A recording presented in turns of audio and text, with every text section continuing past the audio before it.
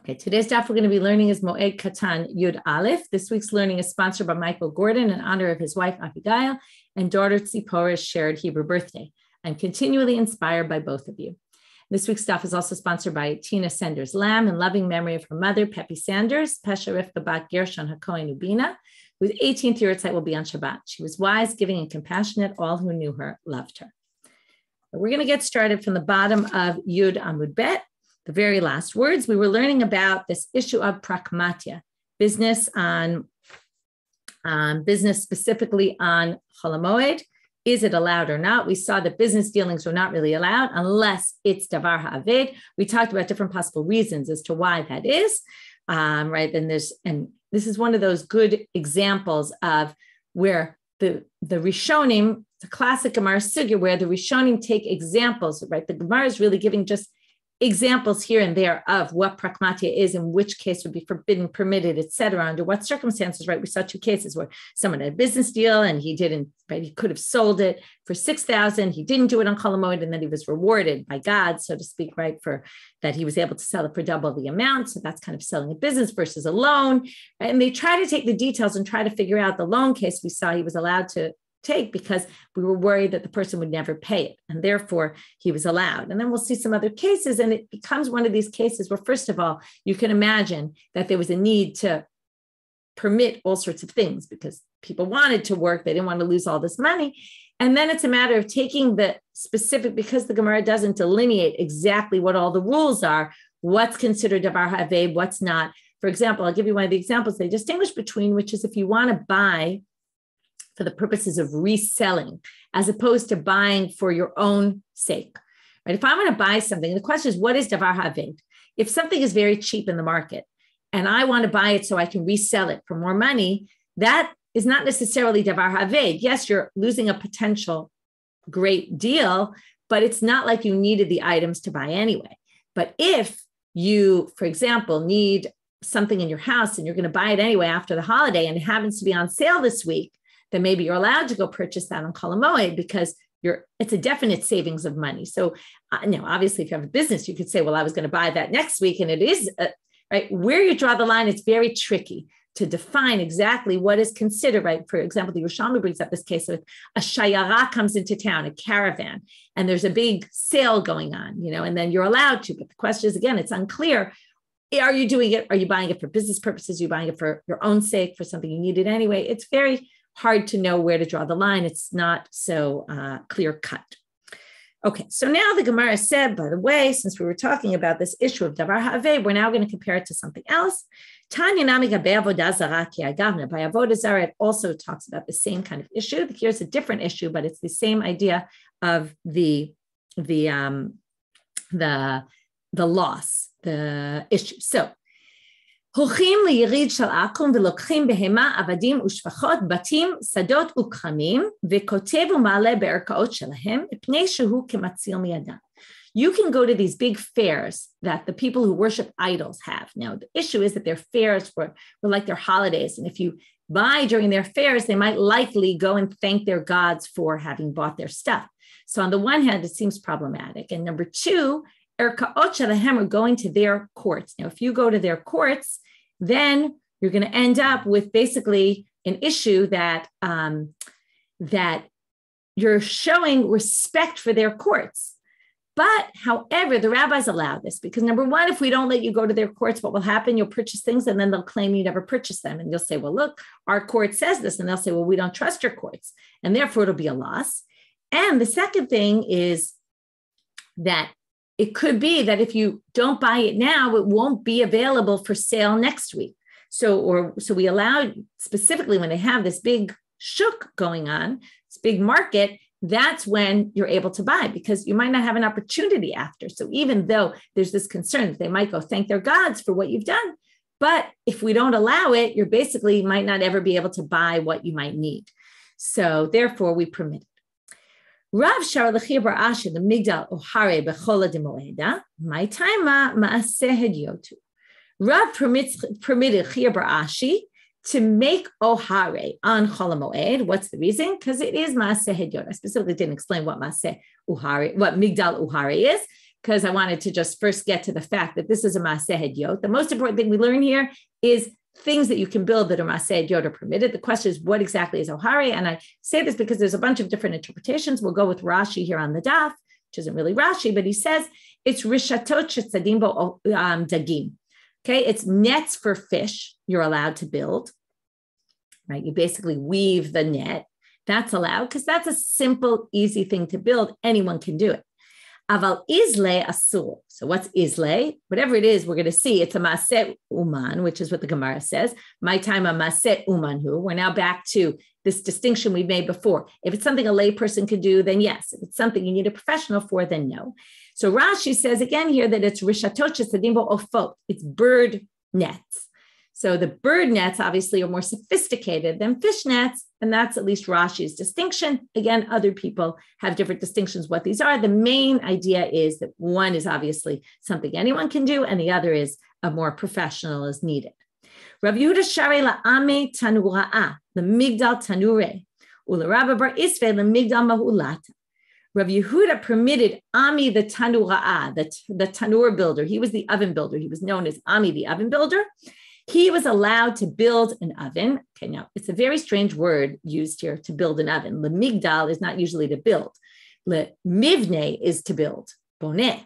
But why does it say le migdal? So some people say that what he was building here wasn't a regular oven. Some people think it is, like a clay oven usually. So you can either fashion a clay oven, that's permissible, or we're going to see that maybe it was a different kind of oven. And le migdal, if you remember in Masechet Shabbat, when we were learning about women and makeup and things they could do on Shabbat and things they could do with their hair, talked about braiding the woman's hair.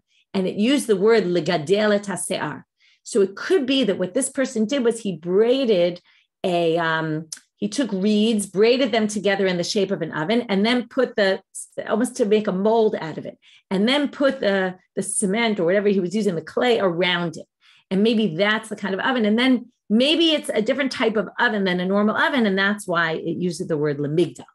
So he was permitted to do this. Ula Rabba bar Isbe or Ishbi. There's different explanations about there's different opinions about what his name is. Okay, whatever it is. Lemigdal mahulata. Okay, if you want to remember what mahulata is, hulata sounds like hole.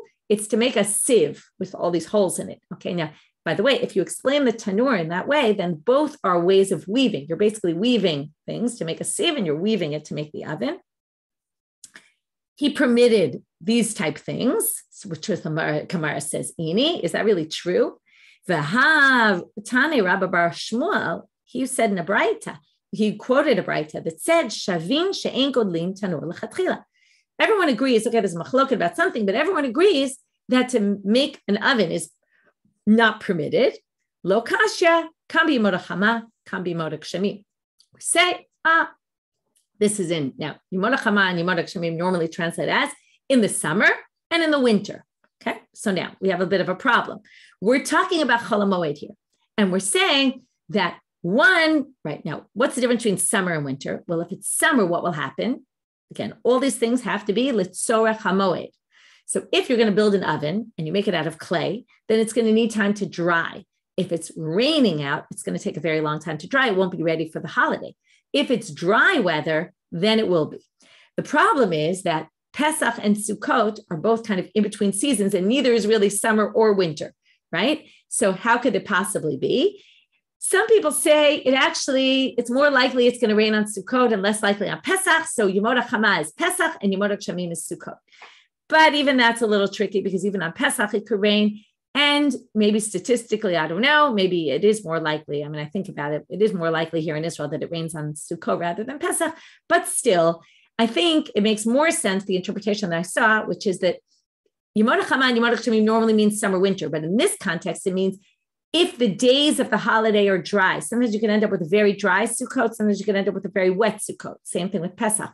So what we're talking about is if it's more rainy weather versus if it's more hot weather.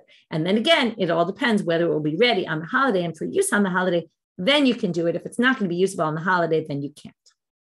Mishnah. Okay, I see you're asking, is this talking about Babylonian weather or Israel weather? That's a good question. It's not so clear.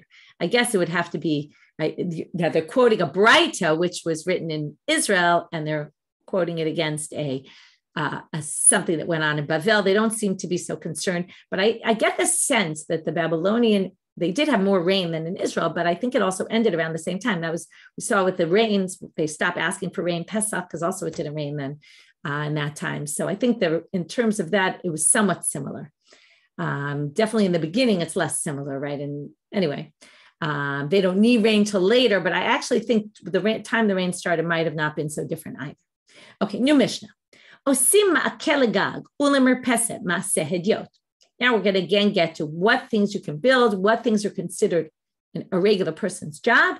So you can make a roof, a ma'akeh, what do you call it? I can't remember my words, but a barrier so that you don't fall off the roof, a railing, thank you. You can make a railing on the roof or in a merpeset, ma'aseh hedyot, okay, on a porch. You can make it a ma'aseh hedyot, a very casual type of thing. You can't do a serious, something that a builder would do. We'll see in the Gemara what that is. Avalo ma'aseh umam, but not if it's done well. Okay, here we start to get pictures if you want to look at the pictures. Shafin et stakim. So I see someone's asking, wouldn't it be, right, Caroline, you're asking, wouldn't it be pikuach nefesh? Well, we do allow it. We just don't allow it in a serious manner, right? You could do something temporary, basically, not permanent. Shafin et stakim. If you have cracks in your oven, you can put in some cement or some clay and smooth it out. Now, how do you smooth it out? Either with a magela, which is kind of like a rolling pin, or by hand, or with your foot. But not with a utensil called a mechaltzayim. Again, we get into one of these where it's unclear already to the commentaries what exactly mechaltzayim were. Some people said it was an implement that looked kind of like a foot. And instead of pounding it with your foot, and flattening it out, you would do it with this implement. So again, we've seen this in Masechet Shabbat. As long as you don't use an implement that it was meant to be used, you can do things sometimes biyad or berega. We're going to have to talk about this magela. Also seems like an implement. And once you say magela, why do you need yad and regel? The Gemara is going to ask that question. But if you could do it with that kind of implement, of course you could do it with your hand and your foot. So it's a little bit strange the way the Mishnah words it. If you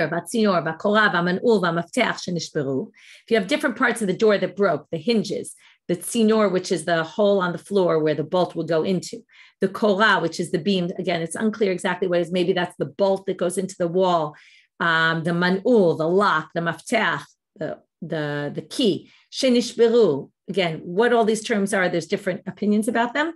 Mitaknam b'moed. These are what we call davar haved. So we're going to see, according to our Mishnah, we're going to see there's machloket about this, you can even fix them in their normal manner, according to the Mishnah, because once you have davar ha'aved, it's a loss. Why is it a loss? Because if your door doesn't work, robbers can come in. So you can fix them on the moed in a normal manner. There's only one caveat, which is something that we should have mentioned earlier, but didn't come up yet. You can't push it off till the holiday. Let's say your door breaks 2 days before the Chag, and you're busy between your job and getting ready for the holiday, and you say, on Chol Moed, I'll have time, I'll fix it then. No, can't do that. You can only do it if it broke on the holiday or if it broke before the holiday and there was no real opportunity to fix it.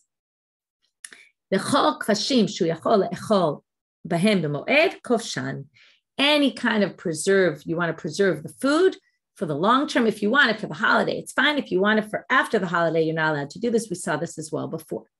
The Gemara starts off and says, and we actually had this in another sugya entirely when we were talking about fixing a wall that broke. We also said, how can you fix it, right? We said mikarin. What is mikarin? And we gave two interpretations. How can you fix a wall that's broken? The same exact interpretations are brought here in the name of the same people, okay, which is hechidami mased yot. How do you fix your railing on the roof?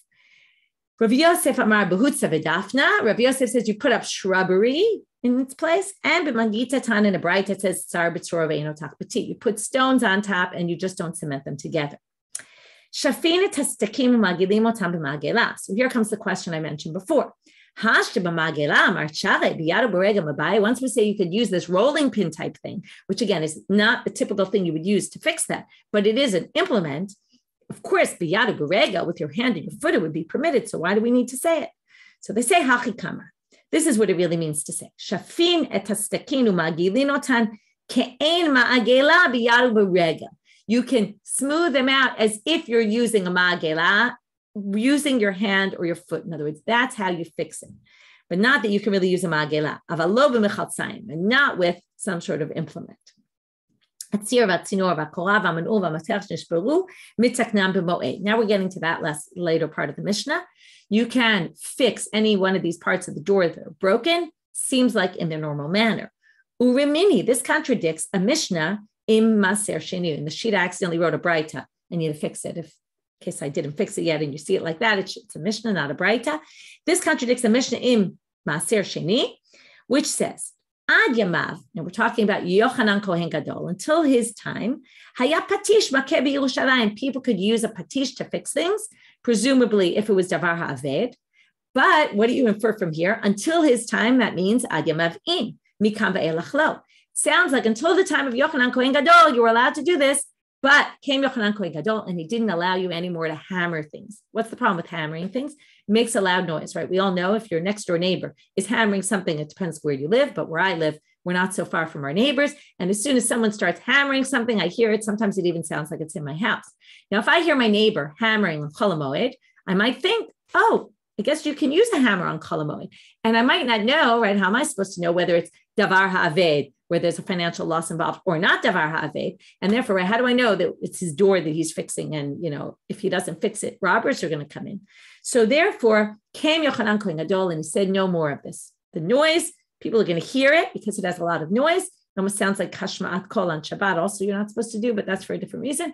But you're going to hear noise and you're going to think that this is allowed. We don't want that to happen.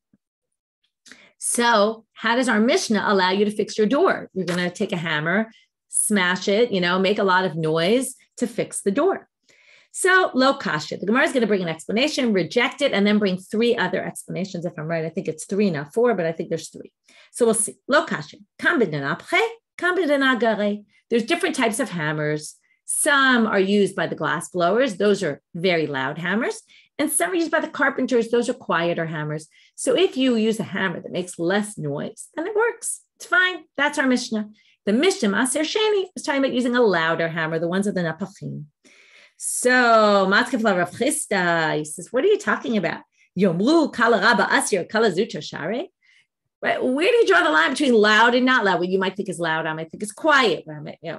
You never know where to draw the line on that. That's a very bad answer. So he says, Ela Amar Rav Chisda. Rav Chisda brings his own example. He says, Lo kashya habe magale habe chatzine. If you use a sickle to fix it, which doesn't make any noise, that's okay. But if you use a chatzine, what was the word I saw for it?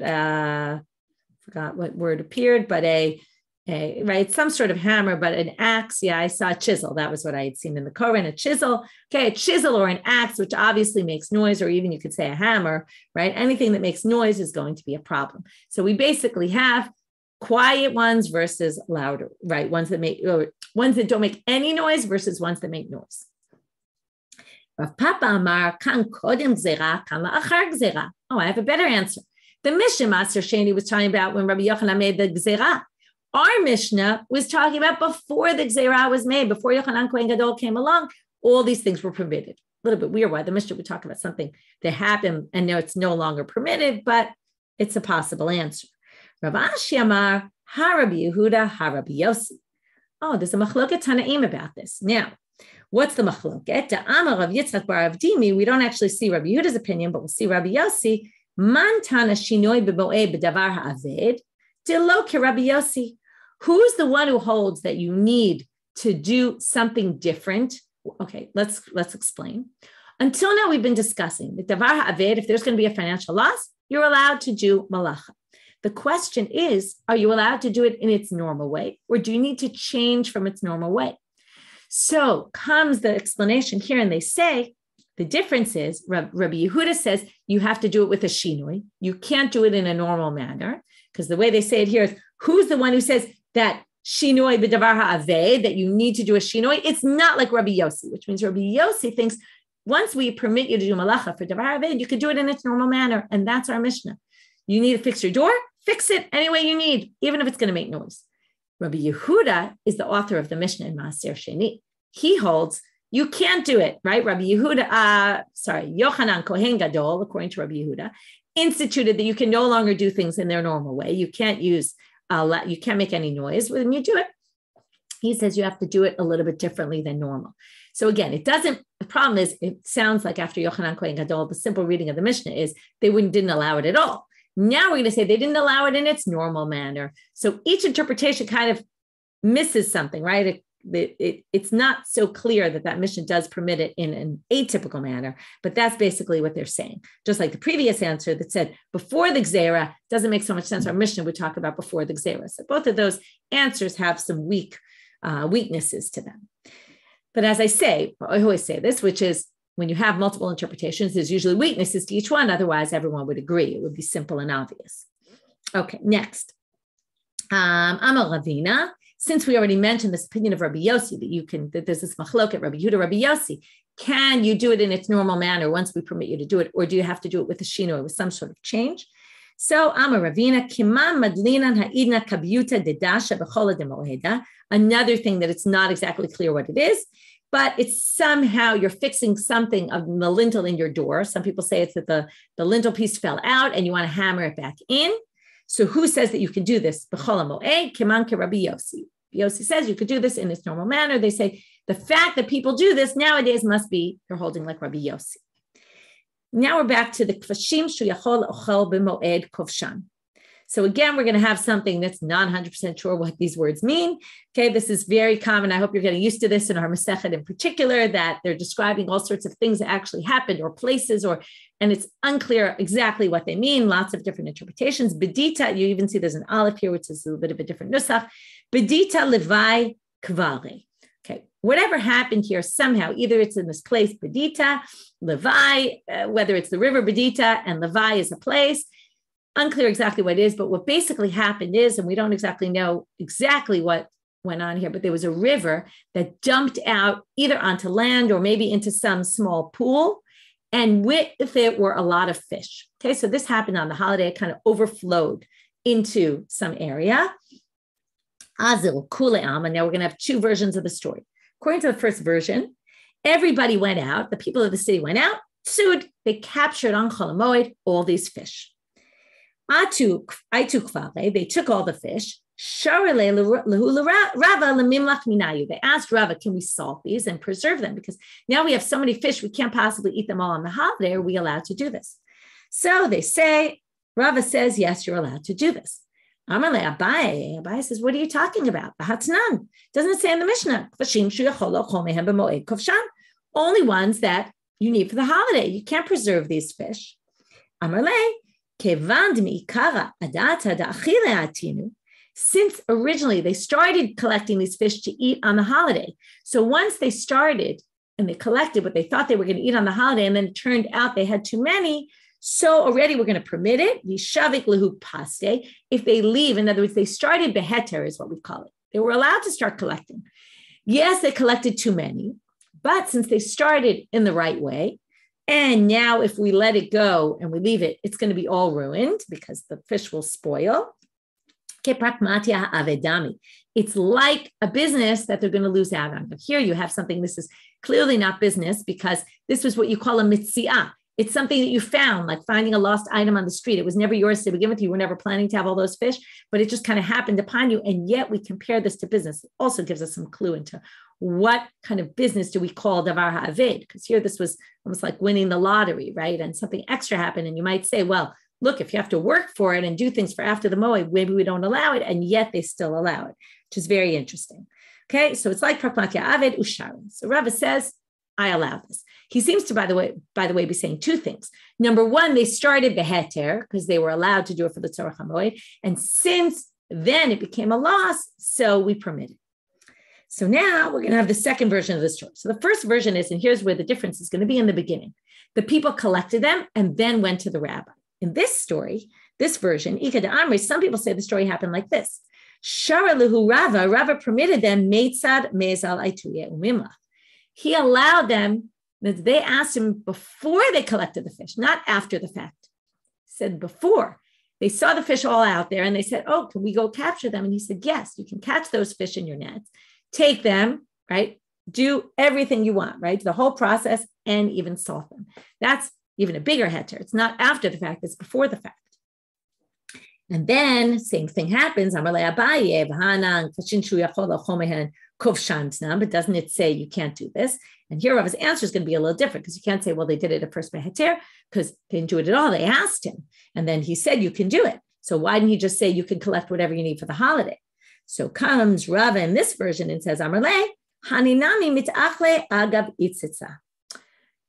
When you preserve fish, what do? You put a lot of salt in them. And the assumption was that once you put a ton of salt in, you don't eat them until they're ready. And they're basically kind of like we've talked about in the past about the dried fruit drying out on the roof. And once you set it aside, it's set aside. You're not going to touch it till it's finished because you can't eat the fish with so much salt in it.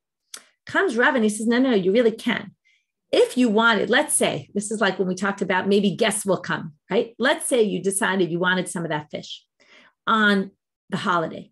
You could rinse it many, many times. We'll see in a minute that people rinse sometimes salt the fish 60 times, pat it dry, get the salt out, and you can eat it as is. So it's not like the dried fruit that you would never eat when it's in the middle of the process of drying.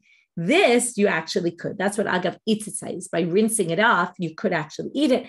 And therefore, it's food that you could eat on the holiday, and therefore it's okay. And they're going to prove it.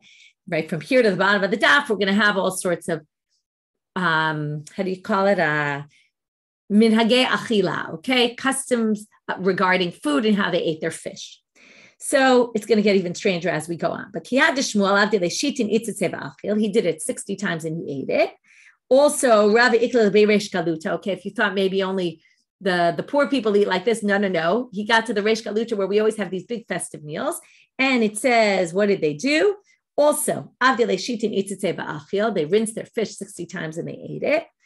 Rav Ikle the Bei Rav Shapir, Aitulu Kavra, he went to Rav Shapir's house and he was given fish, tilta bishula, a third of it was cooked in water, tilta milcha, a third of it was salted and he ate it, and tilta tavia, and a third of it was roasted and he ate it. So basically you see that people did eat this salted fish. Now that we got on the topic of fish, Rav is going to say, I think it's 4 things that he learned from Adat Sayada. Okay, this was a fisherman who gave him all sorts of advice. One of it's kind of cute about how to prepare your fish or when the best time to eat fish is.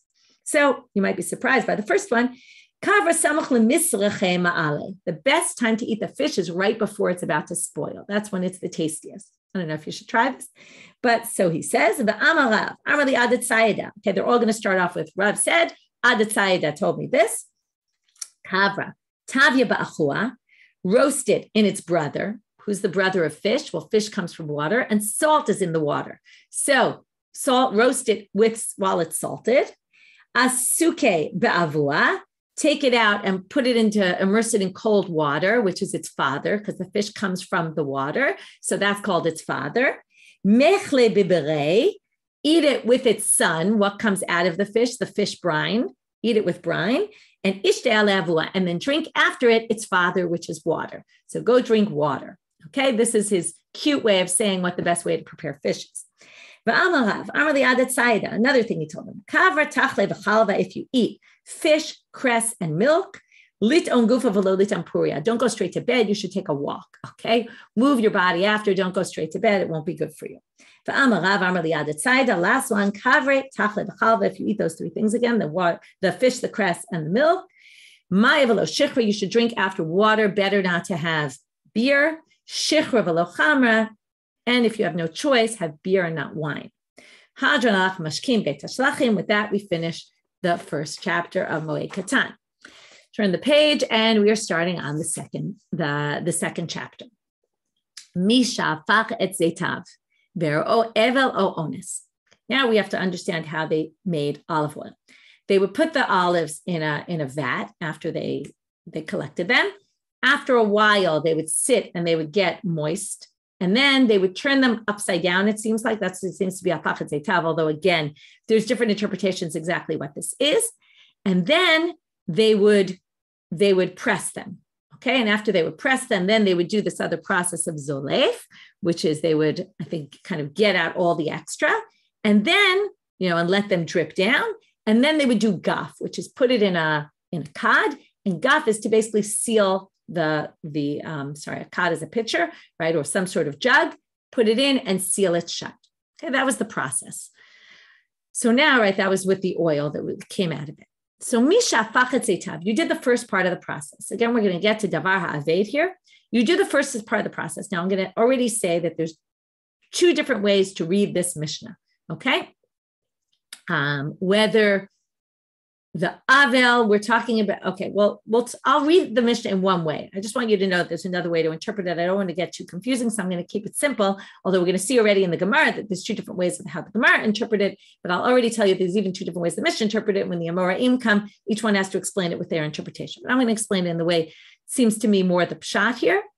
If you you did hafichat hazeitim, okay, you turn them over. Ve'o evel.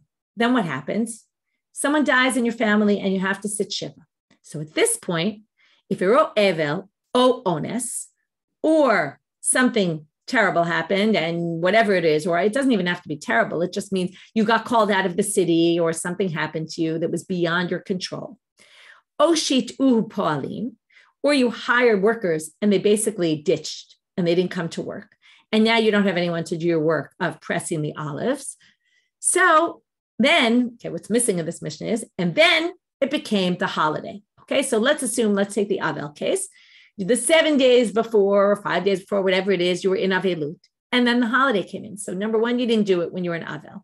Or this onus happened and pulled you away. And now it's the holiday and you're back and you can do it. But it's the holiday and you're not allowed to do it. However, it's Davar HaAved.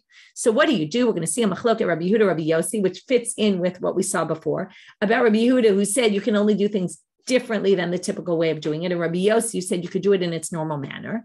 So likewise here, according to Rabbi Yehuda, which is the first opinion, to'en korah rishona, you put on the first beam, which is you would put a beam on the olive press, and then it would start pressing the olives down. Umenichal achar moed, and then you leave it for after the holiday, and the rest of it you deal with later. Divrei Rabbi Yehuda. Rabbi Yossi omer zolef v'gomer v'daf kedarko. No, you do it in its typical manner, and you finish the whole process, and you do the whole thing on Chol HaMoed, no problem, because it's Davar HaAved, and we allow it in its normal way. So now the Gemara says, which is a little hard to understand according to the way I read the Mishnah, which is patach ve'evel v'siyem b'moed. It started talking about Avelut, and you almost thought that they were going to start mentioning, well, can you do, now, if an Avel can't do work on when he's in mourning or she is in mourning, so what about Davar HaAved? Is it the same as Chol HaMoed that you're allowed to or not? Simple reading of this Mishnah would seem like you can't do it, because what do we say? If you became an Avel and you didn't do it for those days, then you can do it on Chol HaMoed, but we don't seem to allow it when you're an Avel. But you would have expected the Mishnah to tell you, well, in Avel, you're allowed to or you're not allowed to, if it's Davar HaAved, if it's going to be a loss. So what the Mishnah says is, Patach be'evel, and you expected them to tell you laws of Avelut. In the end, Siyem b'moed, they only told you that you can minichat, right? You could do it and leave it for after the Moed, or you could do it on the Moed in its normal manner. But it sounds like you can do it only on the Moed. It doesn't tell you anything about Avelut. And from this, we're going to spend the rest of our daf mostly talking about laws of mourners and working as a mourner. So Amar Rav Shisha B'Reder Rav Idi Zot Omeret, from our Mishnah, you can infer what? Dvarim hamutarim b'moed asurim b'yemei evlo. Whatever we permit on Chol HaMoed, because it's going to be a financial loss, you can't do if you're an Avel, because that's exactly the way I read the Mishnah, right? According to the way I read it, that's what seems to be implied. It says it happened when you were in Avel where you couldn't do it, and we don't say, oh, we allow you, and therefore you're now stuck on the holiday, and we permit you to do it on the holiday. So it seems like Avelut, no, but Chol HaMoed, you can. Rav Ashi Amal says, no, lo mebaya kamar. They mentioned Avelut to teach you. Obviously, in Avelut, you can do malacha. It's that even on Chol HaMoed, you could do malacha. That's the chiddush. Why? Rav Ashi Amar, and if you listened to Gefet last week, if you didn't, I recommend you listen to it now. This is the source that they were quoting to prove that work on Chol HaMoed is deoraita, is by Torah origin. Here's your source. Rav Ashi says, lo mabaya kamar. A lo mabaya structure means sometimes we don't even tell you something because it's so obvious. So now they say, lo mabaya b'yemei evlo d'mid'Rabbanan hu usharei. You don't even need to say in Yemei Avlo that you're allowed to do something if it's going to be a financial loss, because it's only rabbinic, the fact that you can't do malacha when you're a mourner, it certainly doesn't say that anywhere in the Torah. So therefore, that's only rabbinic. And of course, since it's rabbinic, of course, then if it's going to be a financial loss, you're allowed to do it. Right? And then, the chiddush of our mission is even on Chol HaMoed, where Isra Malacha is from Torah. Now, this is why I said there's a big machloket. Is it by Torah law? Is it rabbinic? This says it's by Torah law. Now, either you say there's a debate about this, or some people who hold that it's rabbinic and not by Torah say, well, there's a reference in the Torah too. You can find some, right? You can connect it to the Torah, but not that it actually comes by Torah law. This is a good case where some people sometimes interpret D'Oraita not to actually mean really D'Oraita. Okay, and that's a big debate. It comes up in other sugyot as well. It also comes up by hair covering, where the Torah says it's D'Oraita. And then some people say, really, it's D'Oraita? And so, well, it was a minhag in the time of the Torah. People did this in the Torah times, but not that it was actually a Torah obligation. There's a big debate about how to understand this, likewise here. So now, no, Dat Yehudit is something else. The Gemara there says that cover with a kalta, we'll get this to all this in Ketubah. They distinguish between the D'Oraita and the Dat Yehudit. So the D'Oraita part, some people say it's not really D'Oraita. Okay, there's a debate about that. So anyway, we'll get there in Ketubah. We have a while, not so long, but this year we'll get there. Promise. Okay, next. So Lomabai, so he basically says, right, Bimkom Seder Shiur Rabbanan, even on Chol HaMoed they permitted if it's going to be a loss. Obviously, when you're in Avelut, and then you'd have to read the mission differently. You'd have to read it if you're Hafachat Zetav and you had an Avelut. Or you had an ones and Yitu Po'alim and the holiday came in other words, and then the Avelut isn't right before the holiday you were a mourner, and then you have the days of the Avelut, and then you have the days of the holiday where you're stuck and you can't do it. No, it's either you had Avelut or something happened and you got pushed off and then it became the holiday. And right, so either which way, we allow you to do it. Okay, that's Rav Ashi's interpretation. Now we're going to say that there's a braita to support the first interpretation. Tanya Kavatei Rav Shisha Berei Rav Edi. And it's really going to be Tanakama. We're going to have three opinions here, but Tanakama's already proves Rav Shisha, who basically says, Avelut, you can't do work at all, even if it's financial loss. And we'll see, what do you do, right? This option that you have for Avelut doesn't exist really by Chol HaMoed. You'll see why in a minute. Elu dvarim ha'osim la'avel b'yimei evlo. These are things that you do for an avel when the mourner is in the days of Avelut and they can't do it for themselves. You find someone else to do it. Now, Chol HaMoed, you can't because everyone's forbidden to do malacha. I mean, yes, you can maybe find a Gentile, but we don't generally allow that here. We're talking about, right, if you can't do malacha, you can have someone else do it for you. But in the malacha of a mourner, if it's a financial loss, we find someone else to do it for you. What are they? Exactly our case. Zeitaf hafochin to'anim lo. Okay, these are all things. If you're a zaytim, we're already ready to be pressed, you allow it. I want to be clear. We're not, I see from your question, we're not talking about a mourner on Chol HaMoed. We're talking about a mourner before Chol HaMoed, and then Chol HaMoed came in. So you didn't do it because you were mourning, and now you didn't do it because it was Chol HaMoed. Alternatively, Rav Ashi's reading is either you're a mourner or it's Chol HaMoed. Those are two separate tracks. Okay, but nobody thinks there's a mourner on Chol HaMoed. That definitely isn't. Okay, I want to make sure that's clear. What we mean is you ended up in mourning the days before Chol HaMoed, so now you're at a real loss because you were ready to do it 7 days ago, and then you became a mourner, or 3 days, or whatever it is, because whatever time it comes in, right? Yantav is going to end the Avelut. And then Chol HaMoed can't, the holiday, obviously you can't do it on Yantav, but then can you do it on Chol HaMoed? Because you're already behind the game, right? And you're missing your window of when to do it. So now we say here, these are things that people come and do it for the Avel. If his or her olives were already flipped and ready to go, to'anim lo, you put the beam on. Kadol aguf, his jug was ready to be sealed, you seal it for him or her. Pishtano la'alo min hamishra, they have flax to take out from right where it was soaking. Yes, again, it's going to be a loss if you don't do it. Samro la'alo min hayoreh, they were dyeing wool. You can take it out from the dye, from where it was soaking. You can sprinkle water on the field if it's the time to sprinkle the field with water. Rabbi Yehuda Omer, second opinion, if the field was plowed and ready for planting, you can even plant for the mourner. Or it was ready for planting flax, you can plant the flax because you're going to miss your opportunity to plant the flax.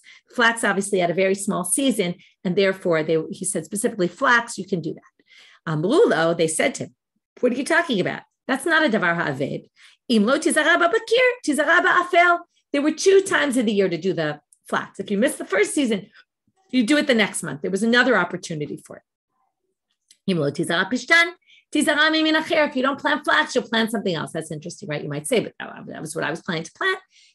You'll plant something else, right? Things don't always work out the way you want. That's not davar ha'aved. So there's machloket about what exactly is, but you see here, they all basically agree that an avel, right, can't do the work themselves, even if it's going to be a loss. Someone else does it for them. Rabban Shimon ben Gamliel Omer, he's the most lenient. If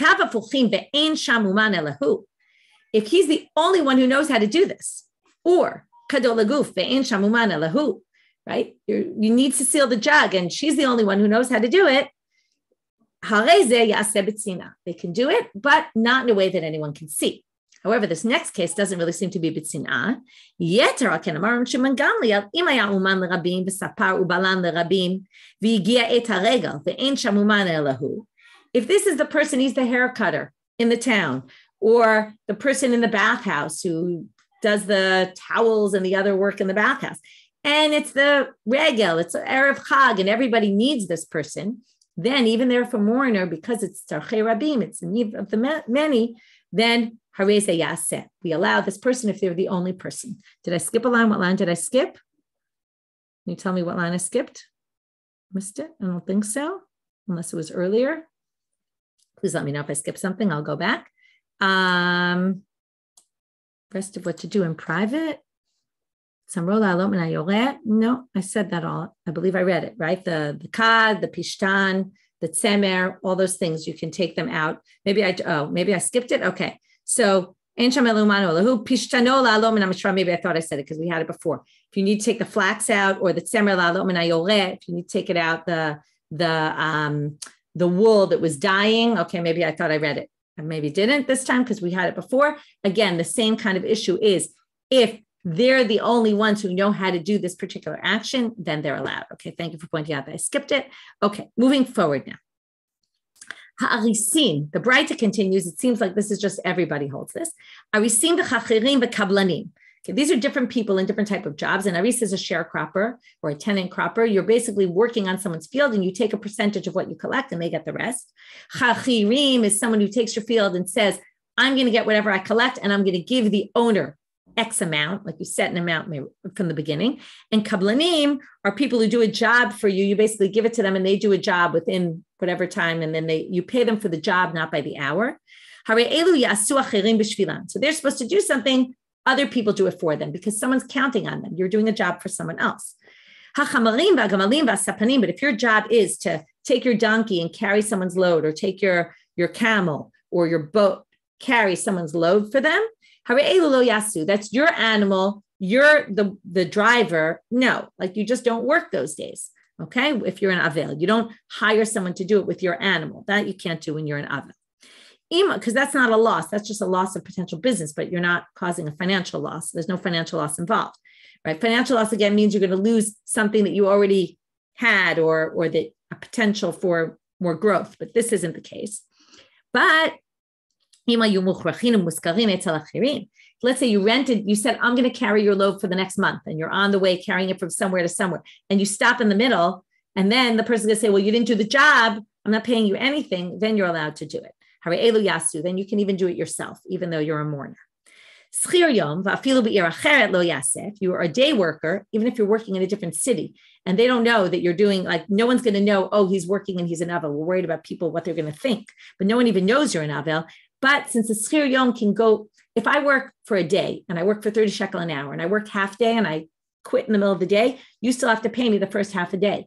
If I say I'm going to get your stuff from one place to another over the course of a month and I renege, then you don't have to pay me because I didn't get your job done. But if you pay me by the hour, then actually whatever I did, and you should pay me. So therefore, there's no loss involved. If someone else, let's say someone gives you stuff to sew, you're a tailor, seamstress. So if it's in my house, so then the question is, right, am I working by hour or is it a job? Like I'm getting paid for the job or I'm getting paid by the hour. So they say here, even if it's a job and you're supposed to just finish the job, lo yaseh, you can't do the week of avilut, you just push it off later. To which the Gemara says, why does it say Afal Pisha Bekibolet? It should be all the more so if it's Bekibolet. Lo mebaya she'ena kibolet adraba kibolet kedidei dami.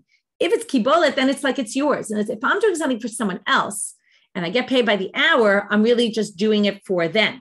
If I take it into my house and I get paid for the job itself, then it's almost like it's mine while it's in my house. And therefore, all the more so, I wouldn't be able to do it. So why is it saying, right, it's more like your own? And of course not. So why is it saying afal pisha b'kibol, even though it should be all the more so? So they say, ela ema bein b'kibol bein she'eno b'kibol yasa. What it really means to say is either this way or that way, both are problematic.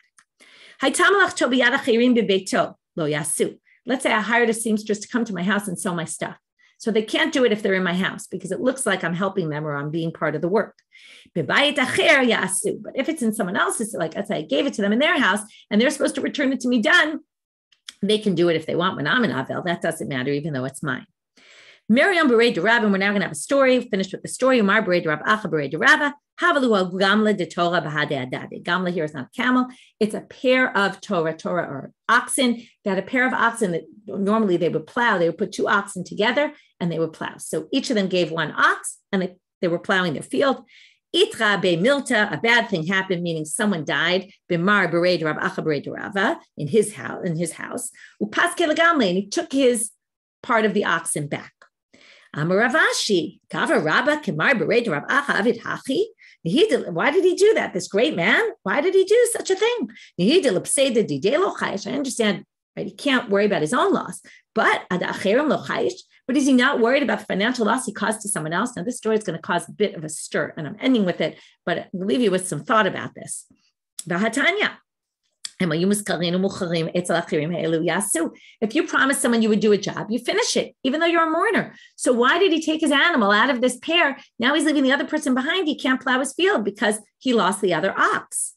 So hu savar, what he thought was Adam chashuv shani. Seems here hu savar means he was wrong in what he thought. And maybe that helps us understand this better. But he thought, and here's a very good dilemma to think about. I'm an important person, so I have to go beyond the letter of the law and be extra strict so that it doesn't look like I'm doing work on Chol Moed. So, when I'm an Avel, when I'm a mourner. So he took his ox back. On the other hand, he caused a loss to somebody else, right? So you would think Adam Chashuv should go the other way and show that, no, you don't have to cause a loss for somebody else. So it's a really interesting debate here about when you're a prominent person, is it better to show you're being strict? What if it affects other people? Doesn't, right? And if there is a heter, then maybe you should show people that it's okay. Anyway, it raises a lot of questions, but we'll finish with this. Have a Shavua Tov, everyone.